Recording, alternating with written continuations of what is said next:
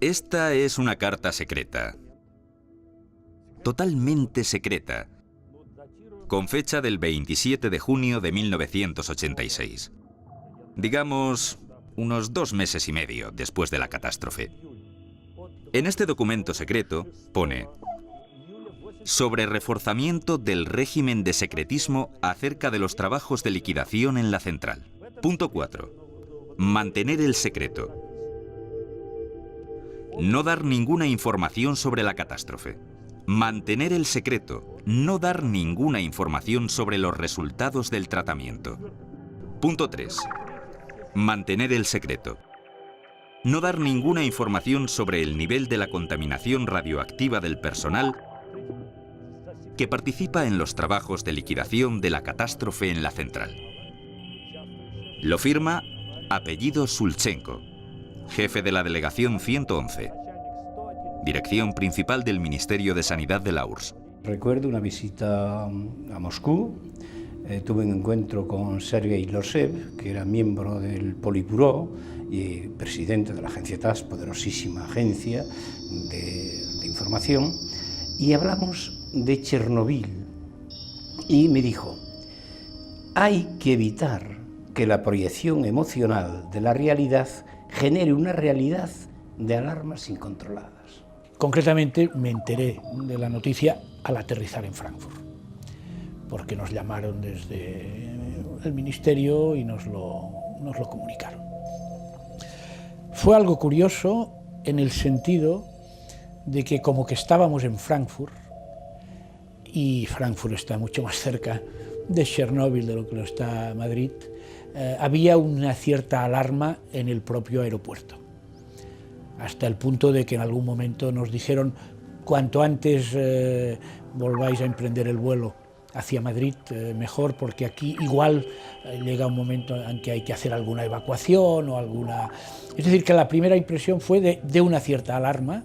La noticia nos llegó como a todo el mundo, tarde, porque a España yo creo que llegó como 4 o 5 días después de que se hubieran producido los hechos, ¿no?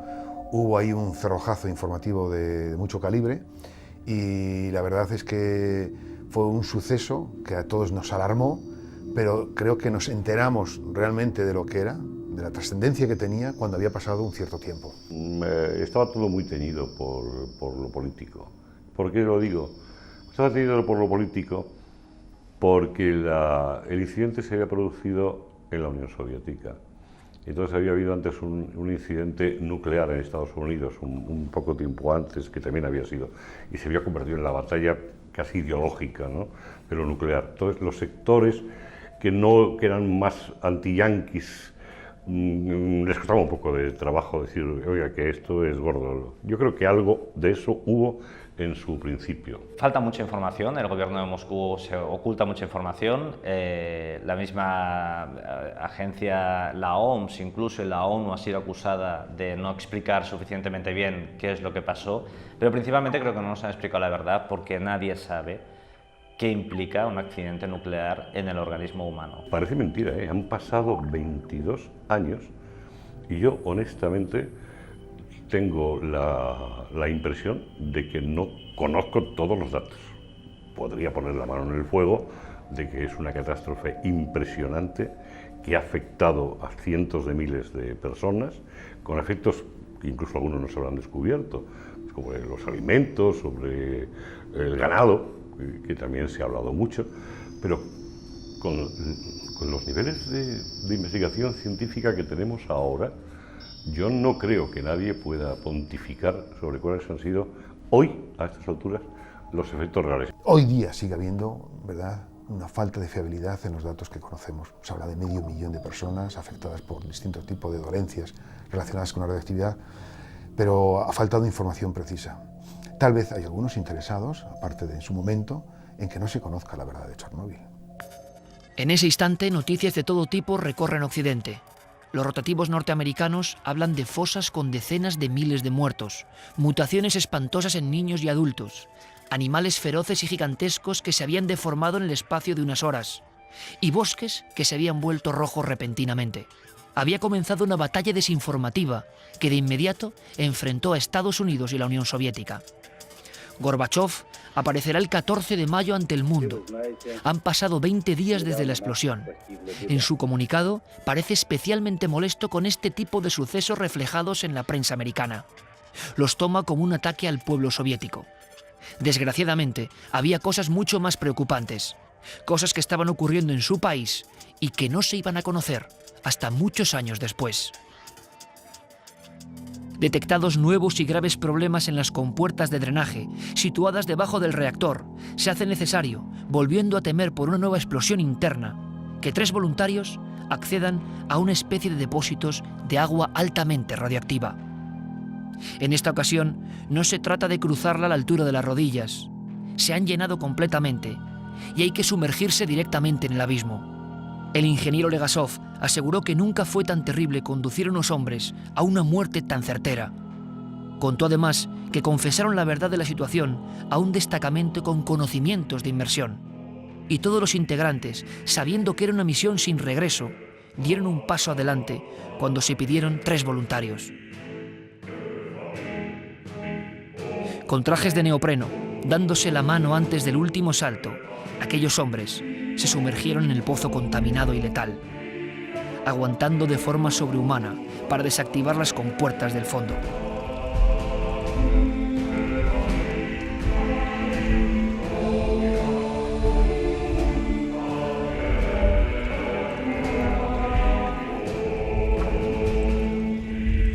Y Legasov, hasta su último instante, en mitad de las imágenes de la tragedia que se le repetían el día que decidió poner fin a su vida, recordó con nitidez la decisión, el arrojo y la mirada de las personas más valientes que jamás pudo conocer.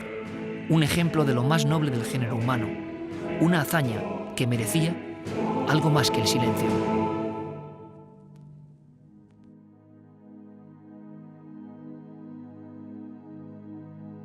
Pero en este mundo apocalíptico de Chernóbil también hay espacio para las historias de amistad, historias como las que les quiero contar en este preciso instante, historias como la de un niño y un músico.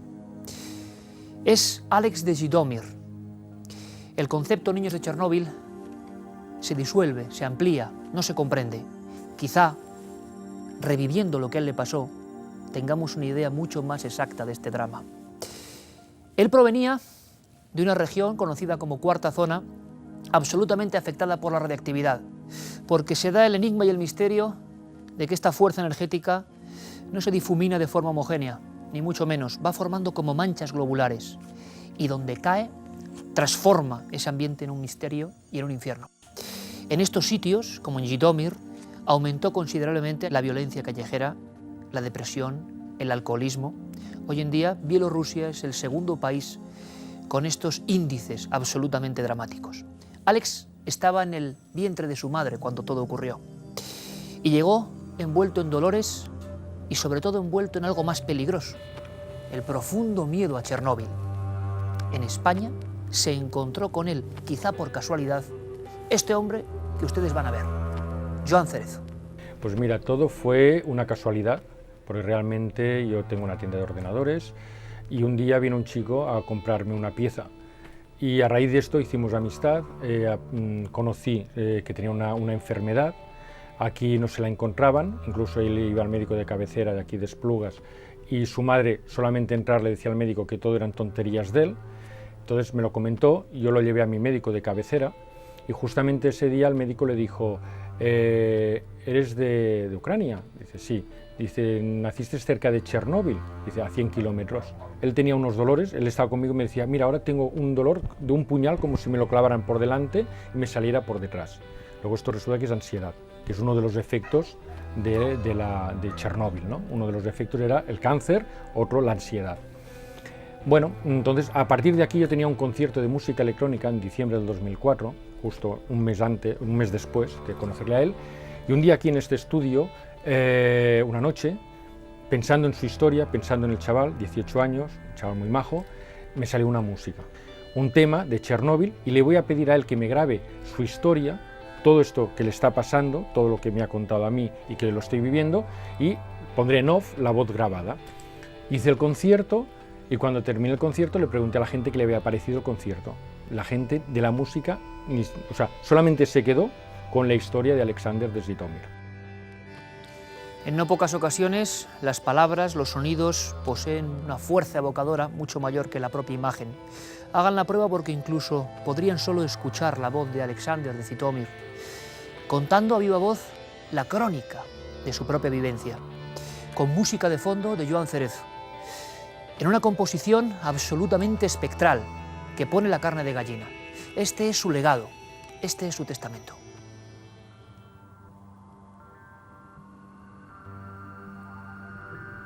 ...26 de abril de 1986... Desastre nuclear. Falla el cuarto reactor. Modelo RBMK-1000. El más peligroso. Fuga de 8 toneladas de combustible radiactivo.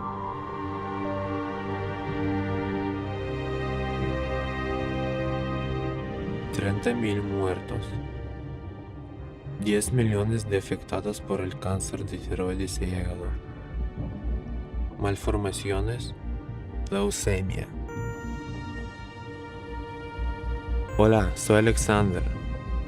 Nací en noviembre de 1986 en Zhytomyr, muy cerca de Chernóbil y Kiev, 5 meses después del desastre nuclear. Hace un año que siento dolores muy fuertes por todo mi cuerpo. Dolor durante las 24 horas del día. Mi madre no me escucha. Siempre acaba gritando. No quiero oír hablar de Chernóbil. Dice que estoy loco. Pero el dolor sigue. Yo soy Alex de Zhytomyr. Me asusta el atardecer de la vida, porque todavía soy muy joven. Quiero vivir sin dolor. Yo también quiero ser feliz.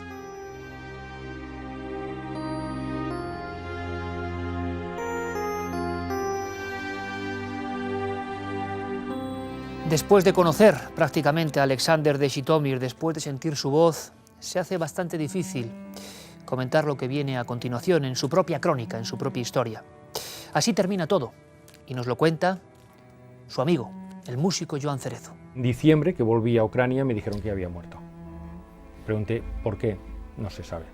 O sea, el pobre chaval estuvo aquí, los médicos fuimos a Bellvitge, en Barcelona, el Hospital General de Barcelona de la Seguridad Social, le iban a hacer ya medicina radioactiva y no le encontraban nada. Aquí decían que no, que físicamente estaba bien y que no tenía nada.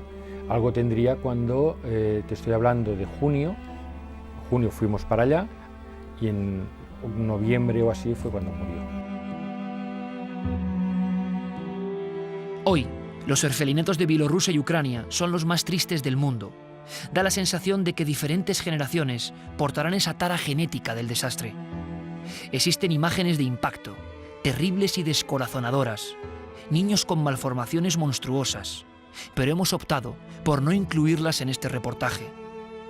Pero ya las imaginan, ya casi las pueden ver en su mente.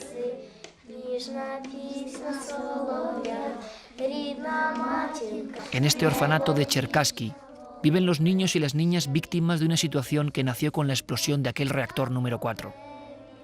Después de eso, la radiación, la desesperanza, los abortos, los suicidios y los abandonos. Las fuentes oficiales y la de los periodistas e investigadores siempre difieren. Para unos no se puede demostrar en absoluto la incidencia de mutaciones o de enfermedades con el desastre de la central nuclear. Para otros, la cifra de cánceres sencillamente se ha multiplicado por 74. Es la batalla paralela y el mundo sigue sin saber la verdad, aunque la intuye. Los chicos ríen a pesar de estar vagando todo el día por estos pasillos. Para ellos Chernóbil es un viejo recuerdo, una palabra angustiada, un eco lejano en boca de aquellos padres que los dejaron aquí. A veces hacen dibujos e imaginan lo que pudo pasar. Dibujos